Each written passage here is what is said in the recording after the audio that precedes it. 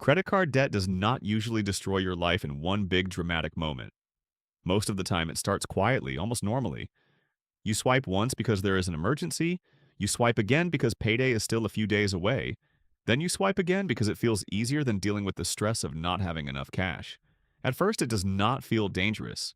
It feels normal. It feels convenient. Sometimes it even feels responsible because you tell yourself you are just using it to survive this week, and you will pay it back once things get better. But that is the brutal part. Credit card debt is designed to feel manageable in the beginning.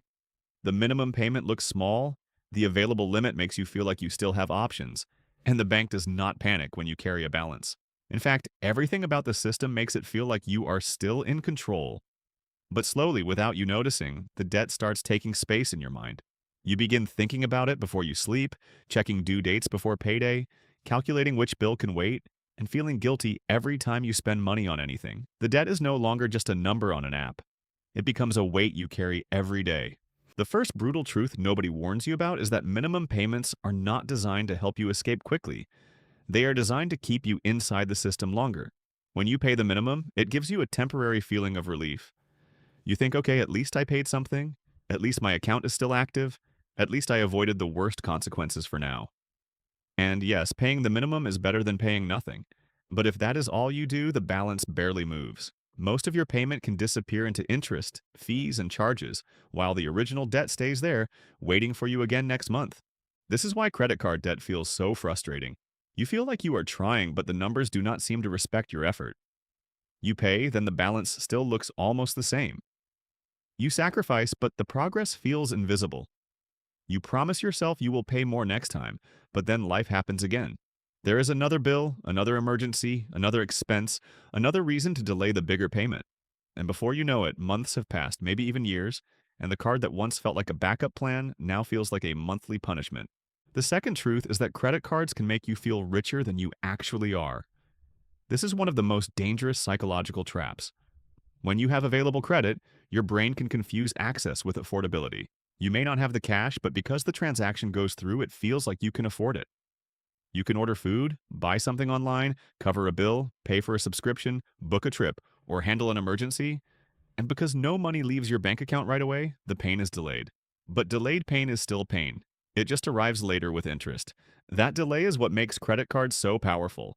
They separate the pleasure of buying from the pain of paying. In the moment, you get the item, the meal, the convenience, the relief, or the temporary escape. But weeks later, the statement arrives and suddenly that small decision becomes part of a bigger balance. And the scary thing is, most people do not fall into credit card debt because of one huge irresponsible purchase. Many times, it is 100 small decisions that felt harmless at the time. A little food delivery here, a small online order there, a quick bill payment, a reward after a stressful day, until the total becomes something your income cannot comfortably handle anymore. The third truth is that interest does not care about your story. It does not care if you used the card because of an emergency, because you were helping family, because your salary was delayed, because business was slow, or because you were emotionally overwhelmed. Interest does not care if you are a good person or a hard-working person. It is mathematical, and mathematics has no sympathy. Once your balance starts rolling over, the debt can keep moving even when you stop spending. That is what makes it feel so unfair. You can decide today, I will not use this card anymore. But if the balance is already high, the interest can still keep adding pressure. This is the point where many people start feeling hopeless. They think, I already stopped using it, so why am I still drowning? The answer is because stopping the spending is only the first step.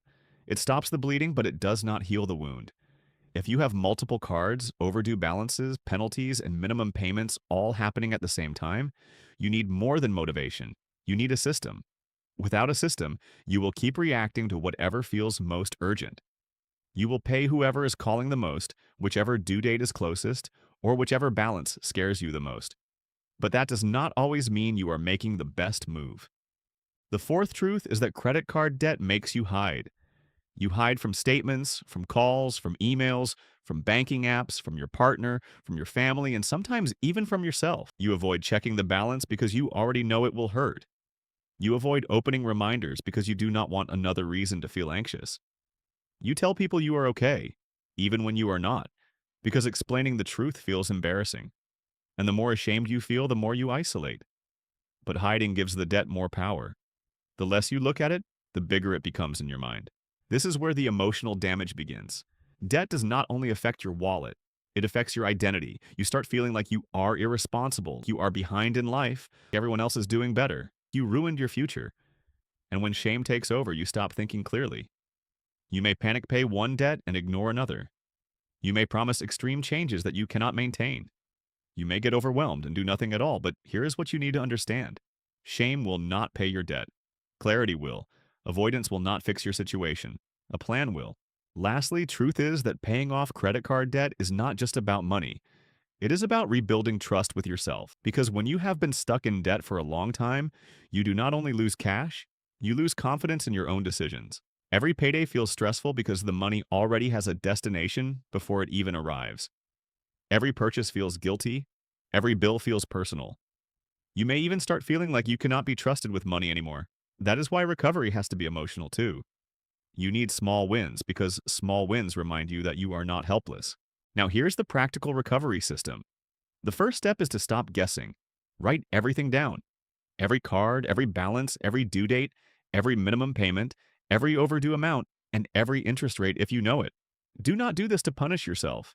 Do it to bring the problem out of the shadows. Debt feels more terrifying when it is scattered across apps, messages, emails, and memory.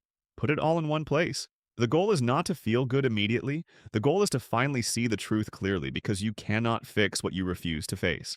The second step is to protect your essentials first.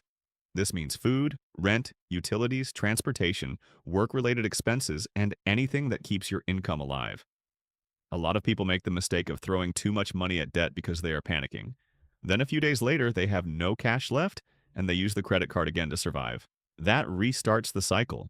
You need a survival budget first. Not a perfect budget, not a complicated spreadsheet, just a clear plan for the next 30 days. What money is coming in, what must be paid to keep life stable, what minimum payments must be covered, and what extra amount can realistically go toward reducing debt. The third step is to choose your attack method. You can use the snowball method where you focus on the smallest balance first while paying minimums on the rest. This gives you faster emotional wins. Or you can use the avalanche method where you focus on the highest interest debt first, which usually saves more money long term. The best method is not always the one that looks best on paper. The best method is the one you can actually follow. If you are emotionally exhausted, the snowball method can help because every closed balance gives you momentum. If you are stable and disciplined, the avalanche method may be better because it attacks the most expensive debt first. The fourth step is to remove the trigger. Do not keep using the same tool that created the fire while trying to put the fire out. Lock the cards, remove them from online stores, delete saved payment methods, and stop treating available credit as backup money. Backup money should eventually be an emergency fund, not another card balance waiting to happen. Even a small emergency fund matters because it creates distance between you and the next swipe. It may feel strange to save while you still have debt, but even a small cash buffer can prevent one emergency from becoming another credit card charge. The fifth step is to create a payday system. Before your salary arrives, decide where the money will go. Not after before. Because once money lands in your account without a plan, emotions start making decisions. On payday, separate your money immediately into essentials, minimum debt payments, extra debt attack, small emergency buffer, and a controlled personal allowance. That last part is important. If your plan is too strict and gives you nothing to live on, you may eventually rebel against it. A realistic plan that lasts is better than an extreme plan that collapses after 1 week. And if you are already overdue, communicate early. Contact the bank, ask about payment arrangements, restructuring, waived fees, or hardship options. Not every bank will agree, and not every option will be perfect, but silence usually makes things worse. Keep records of conversations, emails, dates, names, and agreements. The goal is to reduce chaos. When you communicate, plan, and document everything, you stop being someone who is just disappearing from the problem. You become someone actively trying to solve it. The brutal truth about credit card debt is that it takes more than money from you. It takes your peace, your confidence, your focus, and sometimes your ability to imagine a better future. But debt is not a life sentence. It is a problem that needs honesty, structure, patience, and repeated action. You may not fix everything in 1 month, and you may not feel confident right away, but the moment you stop hiding and start building a system, you are already taking power back. So if you are trapped in credit card debt right now, start with one honest step. Look at the numbers. Protect your essentials. Stop using the cards. Choose your strategy. Build your payday system. Communicate if you need help, and keep going, even when the progress feels small, because small progress repeated long enough becomes freedom. Credit card debt grows quietly, but recovery can begin quietly too. One planned payday, one locked card, one reduced balance, one better decision at a time. Eventually, the same money that used to disappear into interest can start building your future again.